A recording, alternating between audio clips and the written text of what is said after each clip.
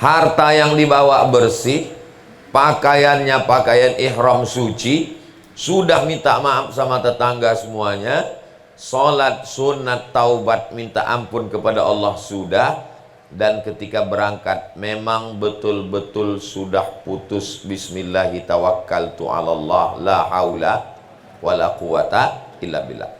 Karena banyak juga jamaah haji ini berangkat kakinya satu ke tanah suci, satu masih tinggal di rumah. Ini bahaya. Apa bahayanya? Nanti ketika di sana pikirannya nggak fokus. Jangan sampai ada jamaah haji umroh ini ketika tawaf nggak fokus berdoa, masih mikir nelpon, tolong bayar listrik, air mati, jemuran diangkat. Ini salah satu tanda hatinya belum putus. Makanya sering kita dengar, Bapak RT, Bapak RW, kami berangkat, tolong perhatikan anak-anak kami, tolong lihatkan semua, kawan jamaah, tetangga, sahabat, ustadz, tolong perhatikan keluarga kami. Anggaplah anak kami ini anak-anak bapak sekalian, tapi istri kami bukan istri bapak sekalian.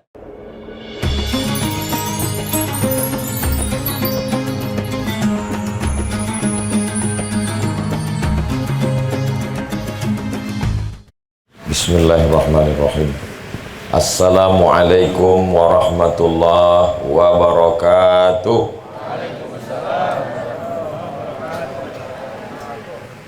Anak raja menangkap balam. Balam ditambat di tengah lapang. Dari bunyi sambutan salam, sepertinya jamaah belum makan siang. Apa kabar semuanya, sehat? Kalau Tuan pergi ke Mekah, lupa pula pantun. Kalau Tuan pergi ke Mekah, jangan lupa membawa teman. Sudah lama saya tausiah, baru inilah di pinggir jalan. Semoga semua yang hadir ini mendapatkan barokah saudara kita yang akan musafir ke Baitullah. Yang sama-sama kita hormati Abi Halim, Ustadz Abdul Syukur, para habaib, para alim, para ulama yang tak dapat saya sebutkan satu persatu, hadirin hadirat, muslimin muslimat yang belum kawin dan belum sunat, semuanya insya Allah dimuliakan Allah subhanahu wa ta'ala. Dulu kalau ada orang yang akan berangkat ke tanah suci, itu semua kawan, tetangga, kerabat, jiran, sahabat berduyun-duyun untuk datang. Mengapa mereka datang? Mau kirim dua. Yang pertama, kirim doa. Yang kedua, kirim salam kepada Rasulullah sallallahu alaihi wasallam. Dulu begitu. Sekarang kalau ada yang mau ke Baitullah, datang kawan, sahabat, tetangga, mau kirim ceret kuning, tempat celah, macam-macam. Kecuali di Bogor ini. Ini semua yang hadir ini mau kirim doa dan kirim salam. Maka saya pesan ke Bang Lukman, sampai nanti di tempat-tempat yang mustajab, di atas Bukit Sofa, di atas Bukit Marwah, di Taman Raudhah, di depan makam Rasulullah Sallallahu Alaihi Wasallam, di Hajar Aswad, di Multazam antara pintu Ka'bah dan Hajar Aswad, di dalam Hijr Ismail, di antara Rukun Yamani dan Hajar Aswad, di Padang Arafah, di Musdalifah, di Mina, di Jumrah Ula Wusta Aqabah. Doakanlah kami semua yang hadir ini, semoga istiqomah iman dan Islam. Yang kedua, ketika berziarah di depan makam Rasulullah, kalau bisa disebut, sebutlah. Andai tidak, sampaikan saja. Semua yang menitipkan salam kepada engkau, maka ucapkan assalamu alayka ya Rasulullah, assalamu alayka ya Nabi Allah, assalamu alayka ya Habibullah, assalamu alayka ya khaira khalqillah. Mudah-mudahan kita diberikan rezeki untuk berhaji dan umrah ke Baitullah. Amin ya rabbal alamin. Tradisi walimah selamatan kenduri sebelum ke Baitullah itu dilaksanakan di semua tempat, dari Sabang sampai Maroko. Bukan cuma Merauke. Orang-orang Mesir juga kalau mau ke Baitullah ngundang kawan sahabat. Orang Maroko juga kalau mau ke Baitullah begitu. Ustadz kok tahu? Karena saya dulu belajar di sana. Jadi bukan tradisi orang di Indonesia. Karena ada beberapa ceramah saya baca, walimah melepas jamaah haji adalah bid'ah wa kullu bid'atin dhalalah wa kullu dhalalatin finnar. Akhirnya yang memang bakhil, pelit, nggak mau keluar duit, ini betul ini dalilnya.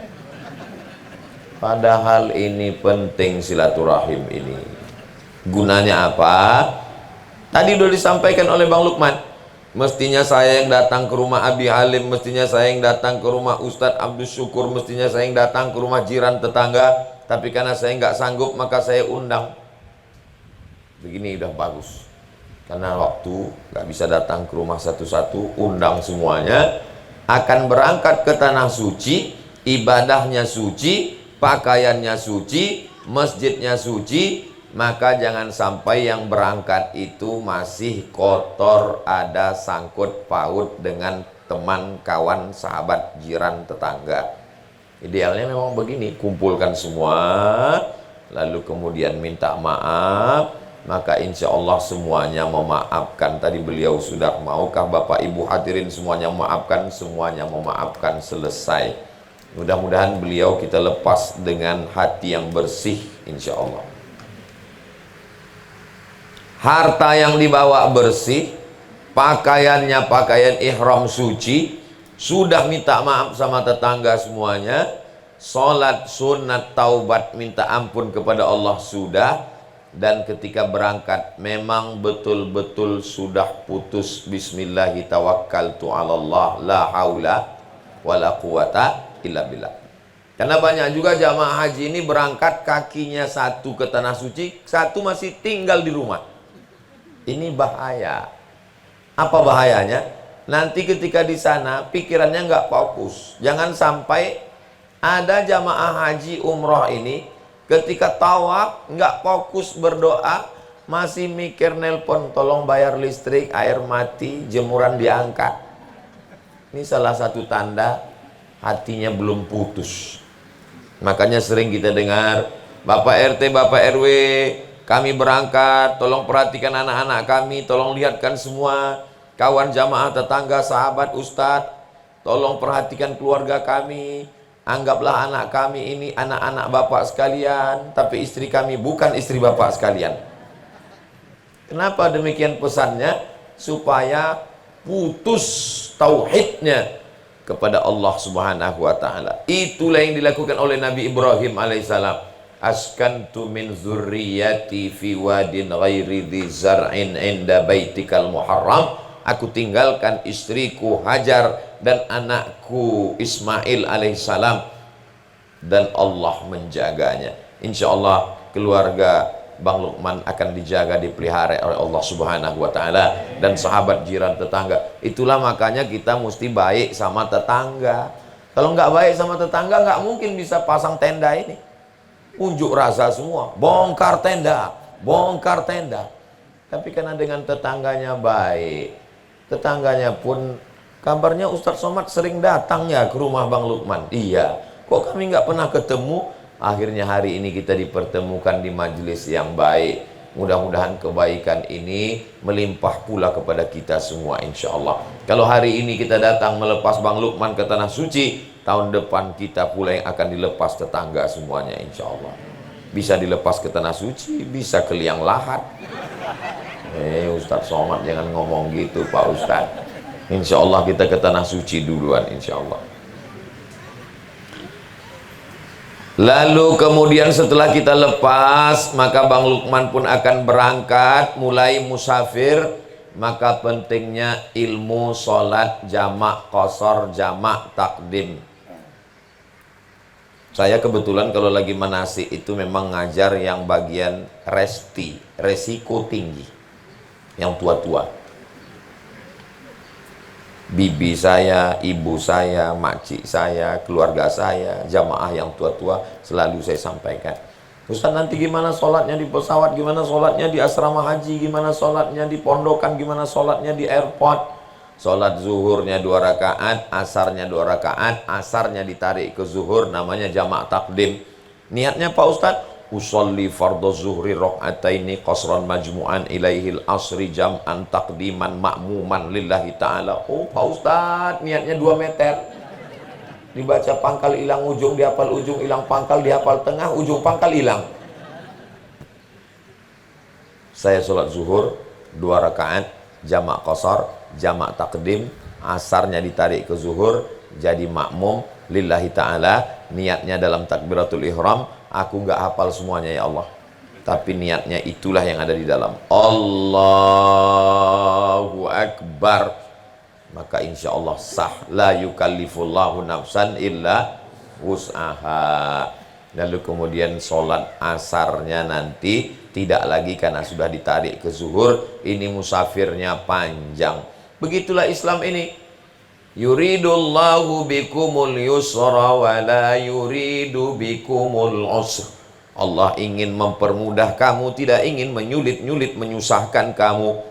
Lalu kemudian selama di perjalanan itu banyak-banyak bertasbih, karena pikiran mulai bercabang-cabang. Gimana anak, gimana istri, gimana menantu, gimana kawan, gimana sahabat, gimana kerja. Hilangkan bisikan-bisikan setan alladzi yuwaswisu fi sudurin nas. Astaghfirullahaladzim, astaghfirullahaladzim, subhanallah walhamdulillah wa la ilaha illallah wallahu akbar. Datang lagi setan berbisik. Begitu dia sudah mulai datang, subhanallah walhamdulillah wa la ilaha illallah wallahu akbar. Datang lagi dia datang berbisik, Allahu la ilaha illa huwal hayyul qayyum. Cuman yang jadi masalah, kalau yang datang berbisik ini setan, itu masih bisa kita baca ayat kursi. Yang jadi masalah yang berbisik ini teman dekat pesawat satu kursi. Gimana anak kamu? Gimana? Ini yang payah. Kita bacakan ayat kursi, dia lebih hafal. Jadi menangani orang yang gini gimana Pak Ustadz? Pukulkan kursinya sekalian. Oh, nggak boleh. Kita saling menguatkan.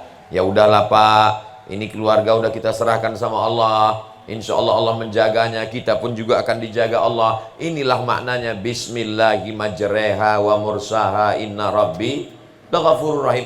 Subhanalladzi sakhara lana hadza wa inna ila rabbina lamunqalibun. Allahumma antas sahibu fis safar wal khalifatu fil ahl. Ya Allah, aku bersamamu, engkau bersama aku, dan engkau juga yang menjaga keluarga aku. Itu mendatangkan ketenangan ke hati kita. Ala bizikrillahi tatmainnul qulub. Naik pesawat 9 jam, percaya sama pilotnya. Kenapa nggak percaya sama Allah yang menjaga keluarga? Belum pernah saya ketemu jamaah haji naik pesawat tiba-tiba ngetuk pintu mau nanya pilot, Pak pilot tolong lihat SIM-nya, SIM asli apa SIM tembak? Yakin nggak? Orang semuanya percaya sama pilot. Kenapa lebih beriman kepada pilot daripada kepada Allah? Berarti rukun imannya nambah 7. Antuk minabillah wa malaikatihi wa kutubihi wa rusulihi wal yawmil akhir wa bil qadari khairihi wa syarrihi wa bil pilot. Kenapa rukun iman kita jadi bertambah? Kita beriman kepada Allah, la ilaha illallah Muhammadur Rasulullah. Sampai mendarat pesawat di Madinah, kotanya Rasulullah sallallahu alaihi wasallam. Lelah, letih, lesu, letoy, loyo, lunglai. Perjalanan panjang, maka kuatkan hati dengan banyak berselawat, karena kita sudah berada di kotanya, di negerinya, di kampungnya. Sayyidina wa maulana wa syafi'ina wa zuhrina wa qurrati a'yunina Muhammad sallallahu alaihi wasallam. Allahumma salli. Nunggu cap paspor, semua negara datang, dari mulai Mesir, Yordania, Tunisia, Aljazair, Maroko, Amerika, Afrika Selatan, Kongo, Burkina Faso. Ramai sekali, dari mulai orang yang paling putih dari Rusia sampai yang sangat hitam. Maka saya kalau udah dekat dengan jamaah Afrika itu, putih juga saya rupanya. Banyak-banyak bersolawat. Allahumma sholli ala sayyidina Muhammad wa ala ali sayyidina Muhammad. Allahumma sholli ala sayyidina Muhammad wa ala ali sayyidina Muhammad. Jangan banyak lihat komen-komen, pusing kepala, handphone tutup. Setelah cap paspor, naik bis, Allahumma sholli ala sayyidina Muhammad wa ala ali sayyidina Muhammad, langsung ke pondokan. Sampai di sana nunggu pembagian kunci. Ini kalau diperturutkan bisikan setan, marah, belum mandi, rasa badan letih, makan belum, bawaannya emosi. Allahumma sholli ala sayyidina Muhammad. Datang orang marah, ngamuk-ngamuk. Gimana nih? Allahumma sholli ala sayyidina Muhammad wa ala ali sayyidina Muhammad. Ingatkan dia, Kita ini sedang berada di kota Rasulullah SAW. Kamu pikir kamu aja yang bisa marah? Saya pun lebih bisa marah. Kamu kenapa nggak marah? Malu kepada Rasulullah SAW. Datang kita ke rumah Bang Lukman, tiba-tiba marah-marah. Siapa kita datang ke rumah orang marah-marah? Maka kita ini bukan apa-apa dan bukan siapa-siapa. Kita adalah tamunya Allah Subhanahu wa ta'ala. Duyufur Rahman. Selama di Madinah, usahakan sholat 40 waktu nggak tinggal. Itulah mengapa 4 hari di Madinah, 1 hari 5 kali, 5 kali 8 sama dengan 5, 10, 15, 20, 25, 30, 35, 40. Siapa yang sholat 40 kali sholat tidak tinggal, maka diselamatkan dari nifak, munafik, dan kufur kafir. Tapi katanya 40 hari Pak Ustadz. Ada yang 40 hari hadisnya sahih. Yang 40 kali sholat hadisnya dhaif. Oh kalau gitu hadis dhaif saya nggak mau amalkan. Ajma'al ulama'u ala jawazil amali bil hadisid dhaif. Kata Imam Nawawi, imam besar dalam mazhab Syafi'i, ijma' ulama boleh mengamalkan hadis dhaif. Jadi nanti hadis sholat arba'in itu tetap kita amalkan.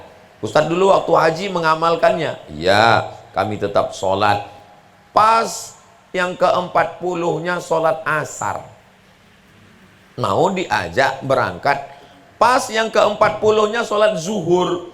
Mau diajak berangkat setelah subuh. Oh, ketua rombongan ngomong sama ketua kloter dan muassasah. Kami mau berangkatnya setelah zuhur. Izinkan kami sholat dulu di Masjid Nabawi. Bagi kamu yang tinggal di sini mungkin enak, tapi kami nabungnya bertahun-tahun. Saya nggak tahu Bogor, Jawa Barat gimana. Tapi kalau kami di Riau, store 2023, berangkatnya 2053. Saya yang umur 25 tahun ini, kalau store 2023 berangkat, banyak ibu-ibu yang bisik. Betul. Gak percaya dia. Umur itu bukan waktu Bu, tapi rasa. Nah, jadi saya umur 46. Jadi kalau 30 tahun lagi baru berangkat, 46 tambah 30, 76. Malaikat maut datang 63.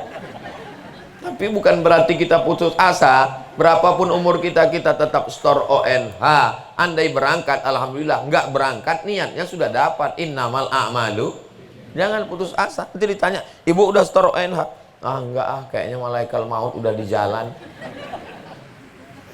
Berapa banyak orang yang disangka ninggal, enggak ninggal. Yang disangka sehat malah enggak ninggal juga. Jadi jangan sampai putus asa. Berapapun umur kita, store ONH. Karena kalaupun tidak berangkat, niatnya sudah sampai. Dan bisa dilanjutkan, digantikan oleh anak kita. Dia berangkat, dia doakan kita insya Allah. Amin. Selama di kota Madinah itu ngapain aja Pak Ustadz? Jalan-jalan. Jalan ke Masjid Quba. Masjid yang pertama kali didatangi Rasulullah SAW ketika sampai di Madinah. Tala'al badru alaina min saniyatil wada' wajaba syukru alaina mada'a lillahi da'. Nabi kalau dia rindu ke kota Makkah, dia sholat di Masjid Quba. Siapa yang sholat di Masjid Quba dapat pahala seperti umrah. Makanya nanti ketika di Masjid Quba sholat sunat 2 rakaat.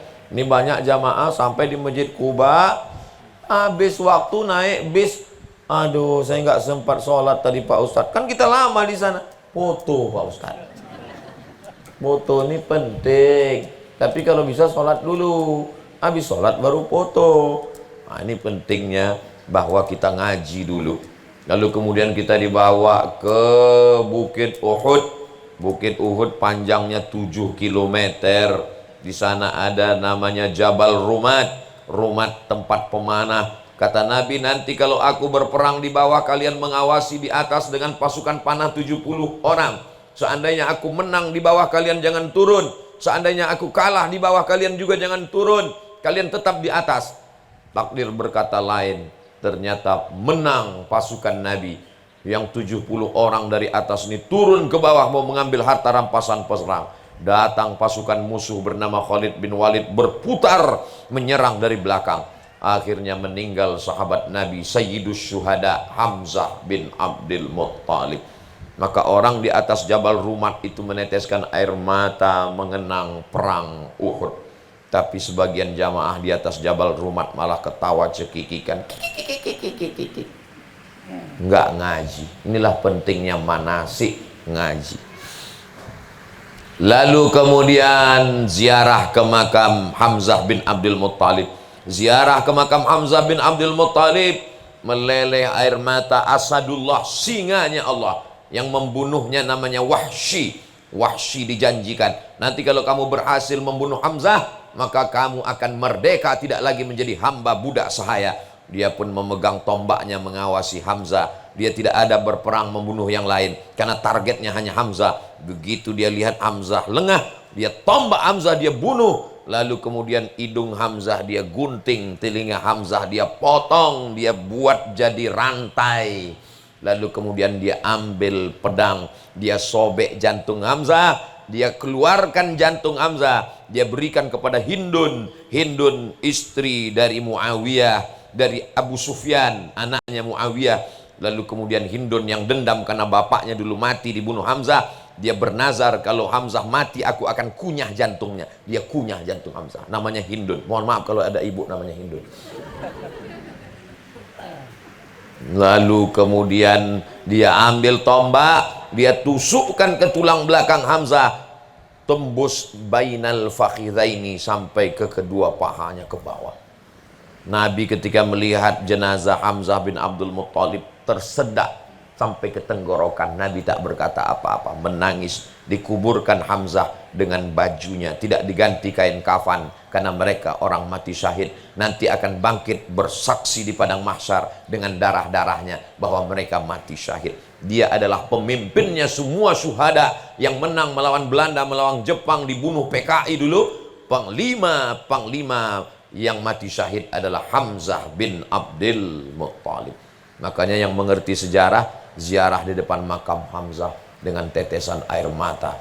Semua yang menangis itu enggak semuanya ngerti sejarah.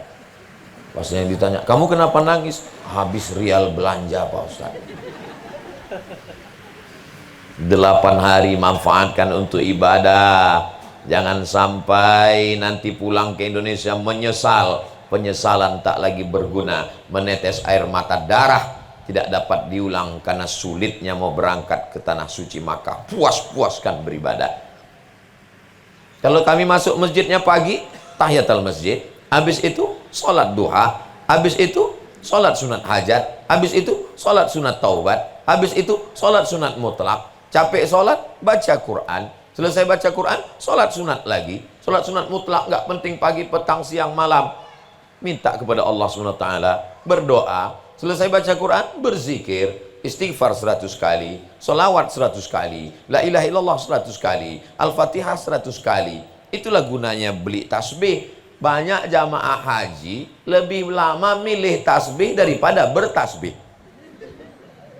Milih tasbih kayu nggak jadi, tasbih batu nggak jadi, tasbih ini nggak jadi, warna merah nggak jadi, warna hijau nggak jadi. Diusir sama yang jualan. Haji. Beli tasbih 100, semuanya dikasih ke tamu.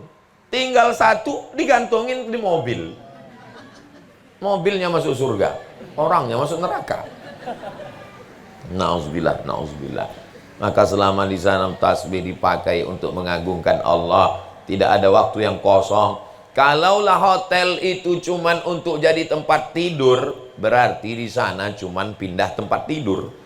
Maka hotel cuman ganti pakaian, lebih lama di masjid. Masuk jam 2 malam, sholat sunat tahiyatul masjid, sholat sunat wudu, sholat sunat taubat, sholat sunat hajat, sholat sunat tahajud, sholat sunat witir, duduk baca Quran, azan subuh, zikir sampai matahari terbit, istirahat. Masuk zuhur, pulang makan siang. Masuk asar, melanjutkan maghrib, lanjutkan isya, habis isya pulang, baru makan. Lebih lama di masjid daripada di hotel. Makanya nggak bisa kita ngelihat orang mabrur nggak mabrur ini dari bentuk fisik wajahnya. Orang yang mabrur itu wajahnya putih bercahaya. Begitu pulang haji ada yang putih, rupanya nggak pernah ke masjid, tidur di hotel terus. Ada yang kurus hitam, wah ini hajinya haji mardut ini. Padahal dia kena panas terus. Maksudnya saya yang hitam kurus itu saya maksudnya. Nah, sampailah akhirnya hari yang ke-8, maka siap-siap pakai kain ihram, gunting kuku karena sudah mulai panjang lebih seminggu, bulu hidung juga sudah bersin-bersin, sudah bercabang, sudah mandi bersih semuanya. Pakai kain ihram menuju Bir Ali.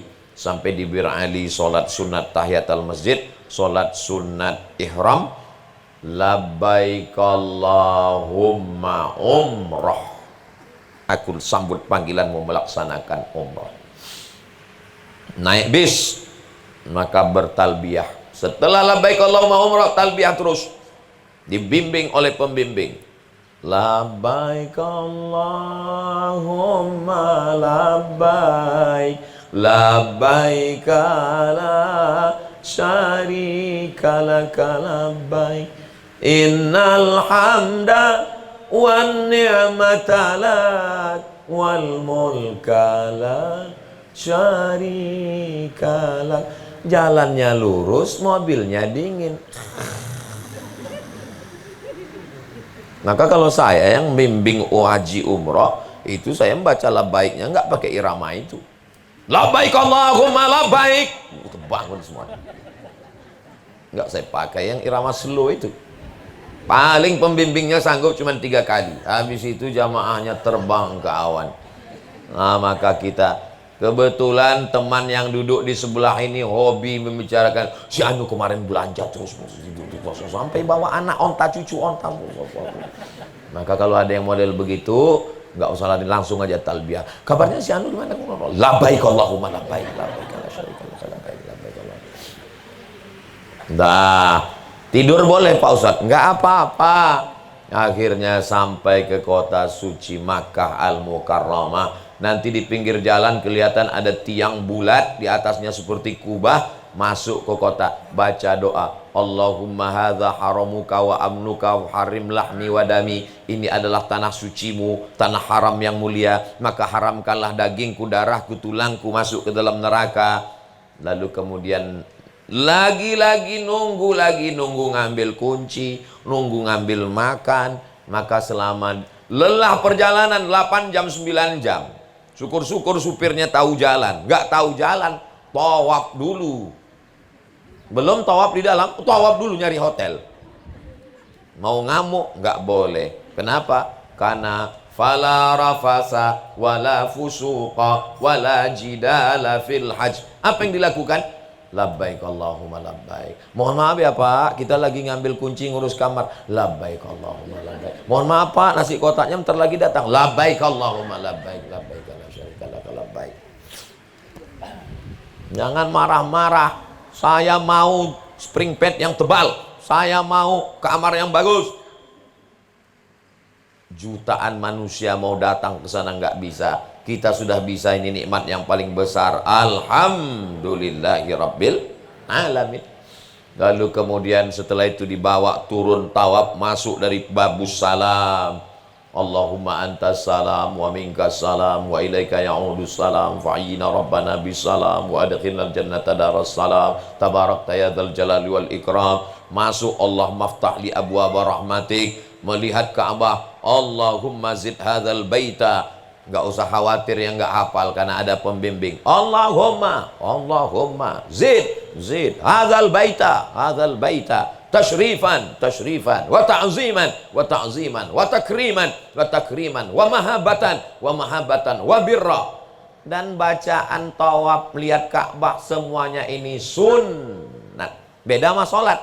Kalau sholat ada bacaan wajib, siapa yang nggak baca Fatihah batal sholatnya. Kalau haji nggak ada bacaan wajib, rukunnya cuma 6: berniat, tawaf, sa'i, wukuf di padang Arafah, tartib, kok lupa ya, niat, tawaf, sa'i, wukuf di padang Arafah, tahallul, tartib, nggak ada bacaan.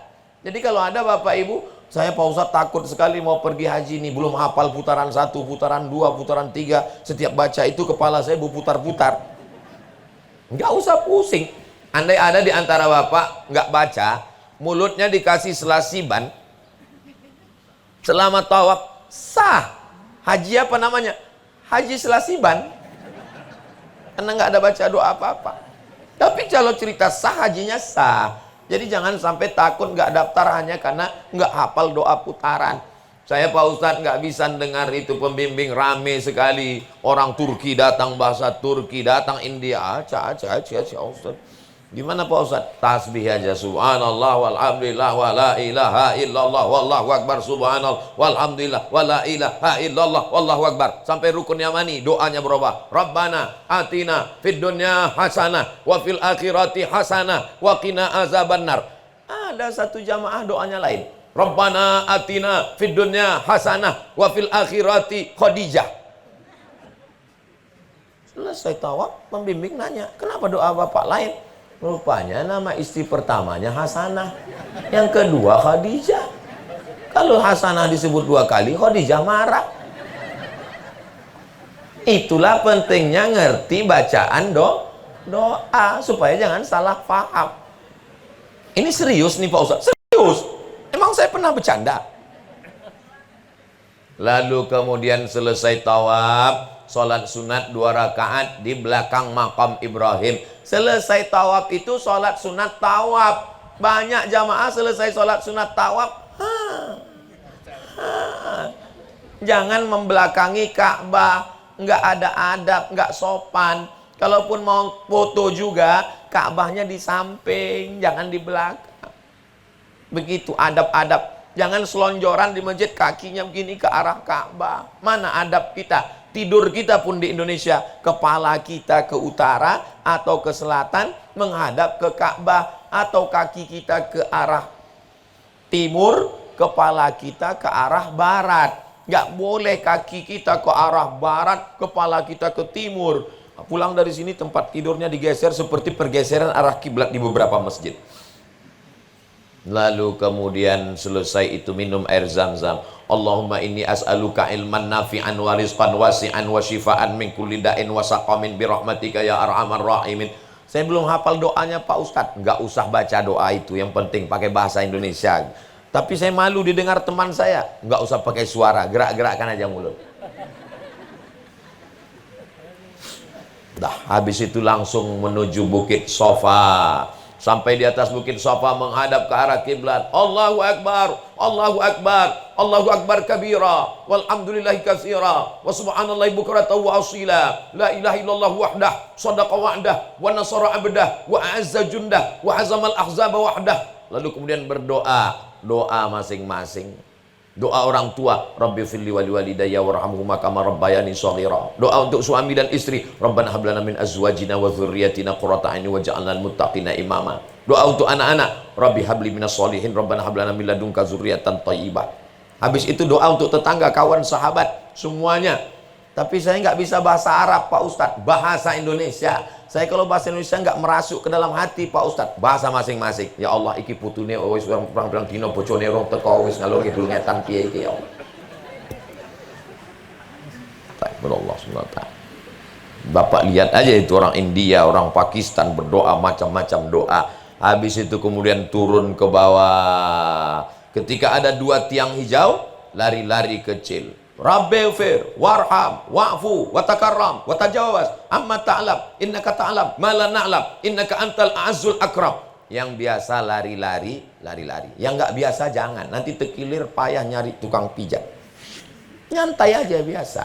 Kamu nggak lari, biasa aja guys. Nah, sampai ke Bukit Marwah, naik lagi ke atas berdoa. 1, pergi ke Sofa. 2, pergi ke Marwah. 3, pergi ke Sofa. 4, pergi ke Marwah. 5, pergi ke Sofa. 6, akhirnya di Marwah. 7, berdoa selesai tahallul. Yang laki-laki paling bagus gundul. Makanya saya kalau sebelum umroh itu rambut saya nggak dipangkas 3 bulan. Panjang. Supaya apa? Supaya, Ustadz kenapa nggak potong rambut? Biasanya kalau udah ada tisu itu 5 menit lagi selesai tahu sekali. Ustadz kenapa nggak potong rambut? Itu di sana saya kalau habis umroh barber shop. Pakai mesin 3 menit habis semua. Kalau rambut pendek masa 10 rial sama rambut pendek rambut panjang? Eman-eman. Wah, habis semua. Udah azan. Waduh, jangan kemana-mana, kita lanjutkan setelah yang satu ini. Tadi saya dikasih pesan, Ustadz tausiahnya hanya sampai jam 12 saja. Sekarang jam 12 kurang 5, sudah masuk waktu azan zuhur berkumandang. Nanti doanya insya Allah kita minta kemuliaan guru kita semua, khusyuk, ikhlas, pimpinan pondok yang mengajarkan kita kebaikan, tasawuf, tazkiyatun nafs, Abi Halim insya Allah. Demikianlah manasik singkat ini. Manasik umrahnya baru Pak Ustadz, hajinya kapan? Insya Allah kita lanjutkan dalam waktu yang sesingkat-singkatnya. Terima kasih atas segala perhatian, mohon maaf segala kekhilafan. Selamat menunaikan ibadah haji untuk Bang Lukman beserta keluarga. Semoga hajinya haji yang mabrur insya Allah, dan kembali dari tanah suci menjadi orang yang keluar dari rahim ibunya bersih tanpa dosa insya Allah. Kami ikut bahagia semuanya. Betul Bapak Ibu? Terima kasih segala perhatian. Saya tutup dengan pantun menangkap puyuh di Bukit Selasih. Thank you dan terima kasih. Assalamualaikum warahmatullahi wabarakatuh.